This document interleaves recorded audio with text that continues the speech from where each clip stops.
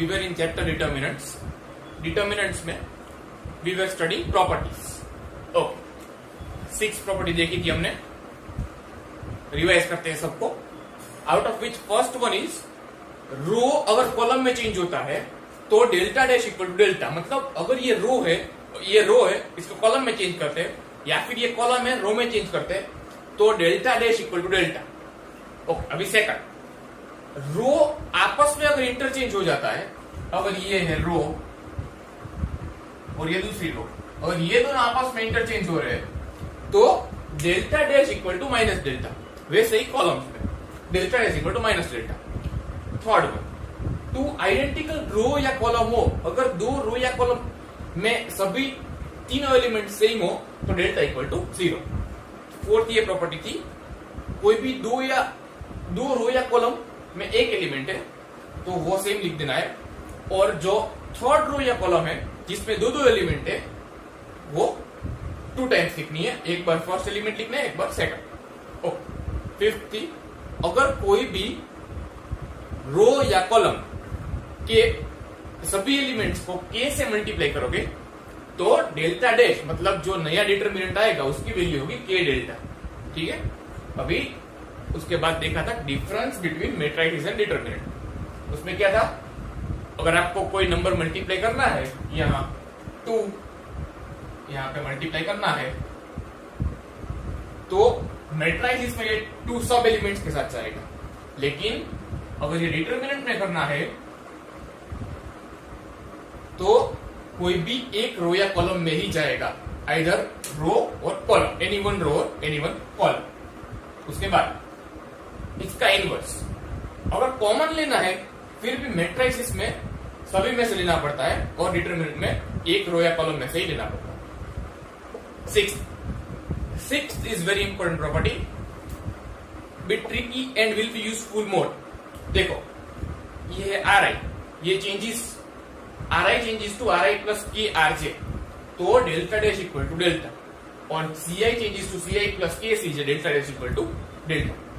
ये प्रॉपर्टीज में 6th one apply करने में बहुत ध्यान रखना है कि you get it right. Next we will study new properties. देखो, अगर कोई डिटरमिनेंट में एक रो या कॉलम के तीनों एलिमेंट 0 है, if all 3 elements of one row और कॉलम आर 0, मतलब देखो यहाँ पे फर्स्ट रो R1 के सभी एलिमेंट 0 है, तो डिटरमिनेंट अगर सॉल्व करेंगे तो उसकी वैल्यू आएगी 0. अगर यहां देखो कॉलम 3 के सभी एलिमेंट 0 है तो सॉल्व करेंगे तो उसकी वैल्यू आएगी 0. तो कहीं भी हम देखें कि 3 एलिमेंट एक रो या कॉलम के 0 है तो आंसर विल बी 0. ये कब होता है, 3 एलिमेंट 0 होता एक रो या कॉलम के. देखो 0 1 0 2 0 3 4 5 6 ये डिटरमिनेंट है. तो अभी ये 0 नहीं होगा क्योंकि 3 0 है, लेकिन 1 रो या कॉलम में नहीं है. इसलिए कहीं भी 3 0 नहीं, स्पेसिफाइड रो या कॉलम में 3 0. ठीक है, उसके बाद देखते हैं. देखो, अगर 3 0 मिल जाए तो आसान हो गया कैलकुलेट करना. अभी क्वेश्चंस हम करेंगे इस प्रॉपर्टी के बेस पे जो हमने स्टडी की 6 प्रॉपर्टीज. वहां पे अगर 3 0 ना बन पाए then try to make 2 zeros. 2 zeros कैसे बनाओगे, देखो ऐसे कहीं भी 2 0 जैसे 1 5 8 2 कोई भी नंबर ले लो. देखो 3 0 अगर ना बना पाओ तो 2 0 बनाओ. देखो ये कोई प्रॉपर्टी नहीं है, it is a property, but ये कोई प्रॉपर्टी नहीं है, it is a tool to solve the questions which we are going to solve. 2 0 बनाओ, तो 2 0 से क्या होगा कि ये इवेल्युएट नहीं करना पड़ेगा. रो 1 से जब इवेल्युएट करेंगे तो ये ही सिर्फ इवेल्युएट करना पड़ेगा. रो 1 से इवेल्युएट करते वक्त सिर्फ यही इवेल्युएट करना पड़ेगा 1. ठीक है, अब 2 zeros कैसे बनाए वो देख. 2 zeros के लिए 3 1 बनाना पड़ता है, तो वी विल मेक 3 1. यहां पे कुछ भी हो A B C X Y Z, ठीक है, इसमें से 2 0 मिल जाएंगे. देखो ये जो है ये हम अप्लाई करेंगे सम्स में. ठीक है, तो यहां 3 1 होने के बाद 2 0 बनाएंगे. I will explain it in detail in the sums. Okay, देखो इन केस आपको ये समझ में नहीं आया तो इट्स ओके. जब हम सम्स करेंगे it will be clear, this will be clear. Okay, जो हमने प्रॉपर्टी स्टडी की 6 properties, on the basis of that we will solve questions. देखो ये क्वेश्चन है, यूजिंग प्रॉपर्टीज प्रूव. देखो यूजिंग प्रॉपर्टीज का मीनिंग एक्सपांड नहीं करना है. इस चैप्टर के फर्स्ट लेक्चर में जो एक्सपांशन सिखाया उस तरह से एक्सपांड नहीं करना है. ठीक है, वो 6 स्टेप्स सिखाए थे उसमें. यूजिंग प्रॉपर्टीज प्रूव करना है कि ये डिटर्मिनेंट की वैल्यू 0. तो कैसे करेंगे? देखो डिटर्मिनेंट दिख रहा है. अभी 6 प्रॉपर्टी में से कौन सी प्रॉपर्टी अप्लाई करनी है, इट इज द क्वेश्चन. देखो ध्यान से देखो. देखो ये सब क्वेश्चन है, उसमें क्या है देखो, इन सब क्वेश्चन में होता क्या है कि अगर एक बार आप करोगे तो दूसरी बार अपने आप करने लगोगे. लेकिन first time you have to crack the method. ठीक है, तो देखते हैं मेथड क्या है. देखो ध्यान से, कॉलम 1 और कॉलम 2 दोनों में एक एलिमेंट ही है, और कॉलम 3 उसमें 2 एलिमेंट है. नाउ यू कैन से which property will be useful. Lambda 1, lambda 2, lambda 3 वाली प्रॉपर्टी यूजफुल होगी. देखो 2 रो या कॉलम में एक एलिमेंट है, थर्ड वन में 2 एलिमेंट है. कैसे करोगे? देखो कौन सी ये प्रॉपर्टी थी? Property number 4. प्रॉपर्टी 4.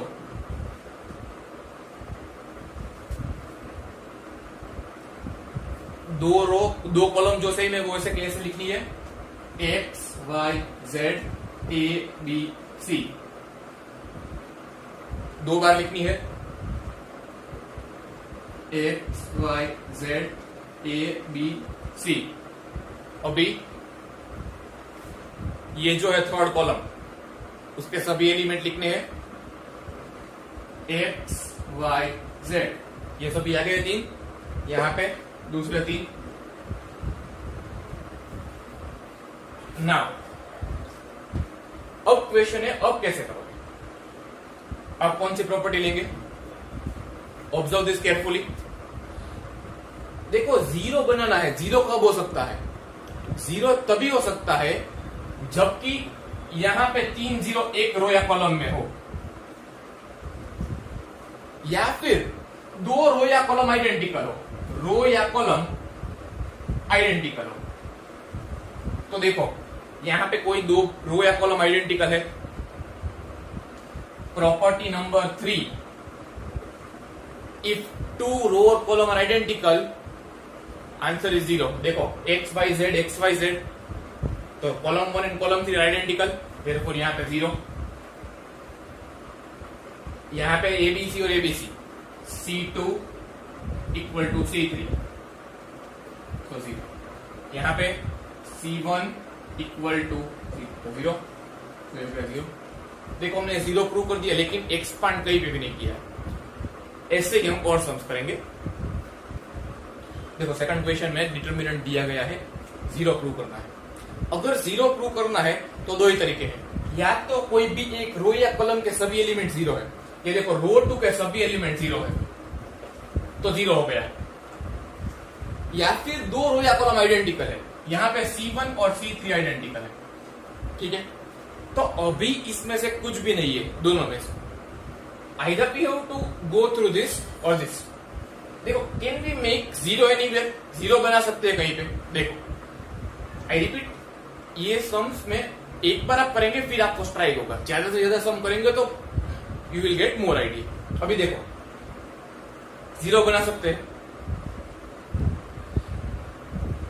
सिर्फ एक एलिमेंट देखो, a माइनस बी, दूसरा एलिमेंट ये b माइनस सी, और तीसरा ये c minus A. At a time ये 3 देखो, a minus B plus b minus C plus c minus C. इसका आंसर क्या आएगा? Minus D plus B cancel, minus C plus C cancel, A cancel, 0. Now question raises that ये क्यों किया? क्योंकि zero बनाना important है, अगर जीरो बन जाता है तो वो इवेल्युएट नहीं करना पड़ता है। तो अभी इससे जीरो आ गया, अब ये कैसे करें? इसमें क्या किया देखो, ये a माइनस बी मतलब ये b माइनस सी, तो ये और c माइनस है, तो ये मतलब रो 1 का एलिमेंट, रो 2 का एलिमेंट और रो 3 का एलिमेंट सबको ऐड कर दिया तो जीरो आ गया। तो ये अप्लाई करना पड़ेगा, ठीक है। एट अ टाइम 1 0 में मिल रहा है, बाकी भी मिल सकते हैं, देखते हैं आगे। देखो ये करेंगे अप्लाई, इसमें R1 changes to R1 plus R2 plus R।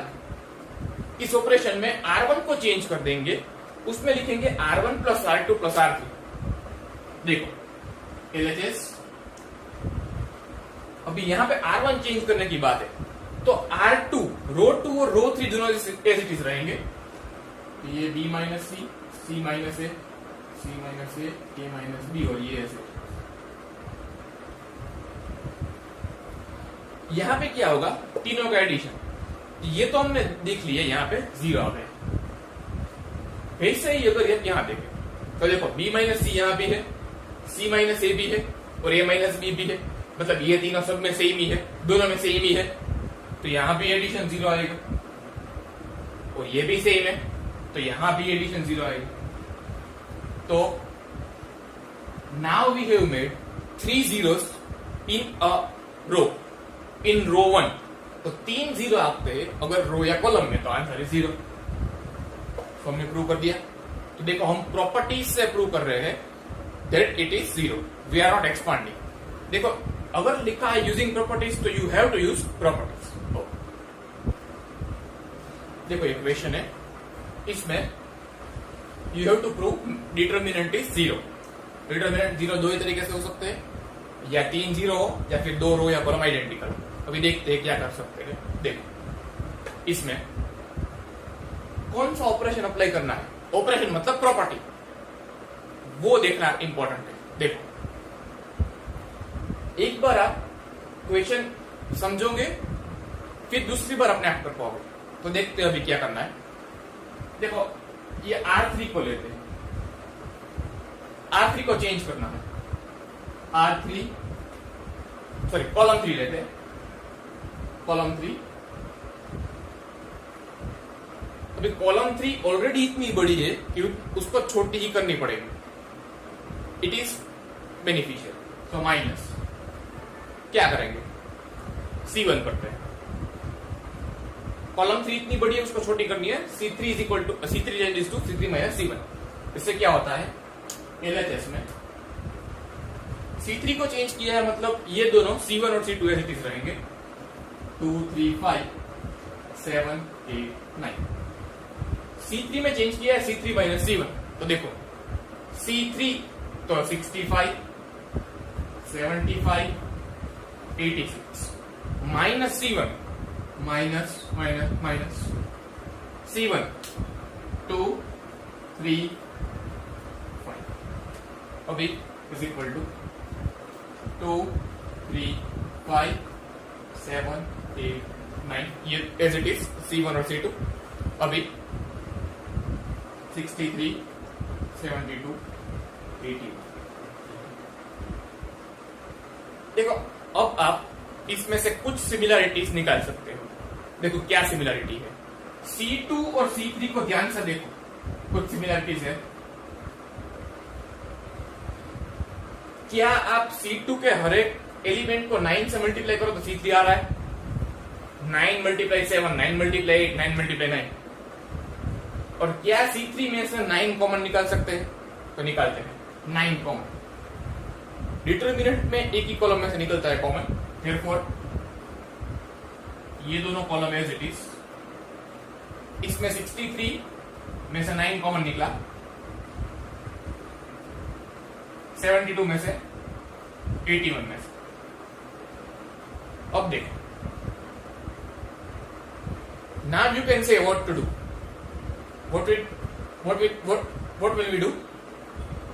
C2 और C3 सेम है, आइडेंटिकल रो और कॉलम 0, तो यहाँ पे 0, 9 into 0 will give you. Okay, इस तरह से सम होगा. देखो इस सम में डिटर्मिनेंट दिया है, यहाँ पे 1 1 1 है, यहाँ पे टर्म्स है. इस टर्म में ब्रैकेट से वो ओपन करते हैं, फिर देखते हैं. Column 1 as it is, column 2 as it is, column 3 में ब्रैकेट्स को ओपन करते हैं. Then you will get this answer LHS. अभी देखो ये दो रो को देखो, C2 और C3 को.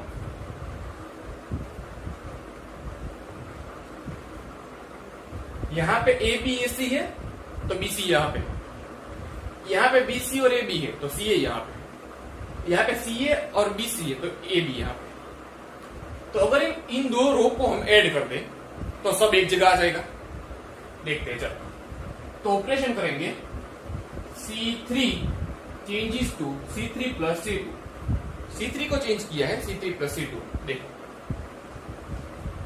C3 को चेंज किया इसलिए C1 और C2 as it is, column 1 column 2 as it is. C3 में यहां पे पहले तो C3 तो आएगा, तो ये C3,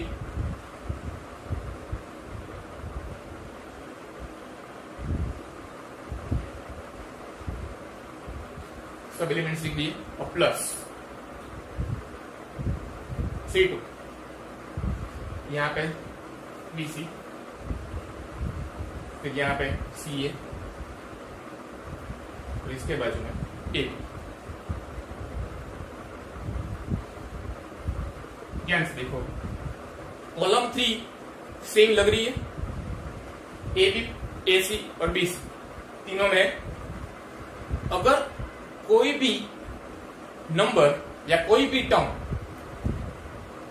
एक रो या कॉलम के तीनों एलिमेंट में है तो टेक इट कॉमन. तो टेक इट कॉमन ऑलवेज.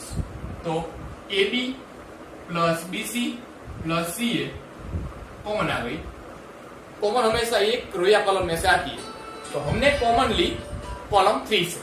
ठीक है, तो अभी कॉमन आती है एक रो या कॉलम में से, तो हमने ली कॉलम 3 में से. अभी यहां पे कॉलम 1 और column 2 as it is.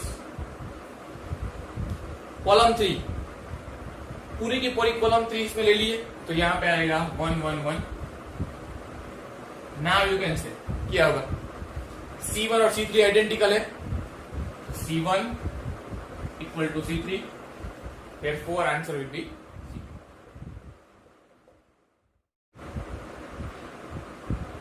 We discussed today exercise 4.2 question 1 to 4. In the next lecture we will discuss more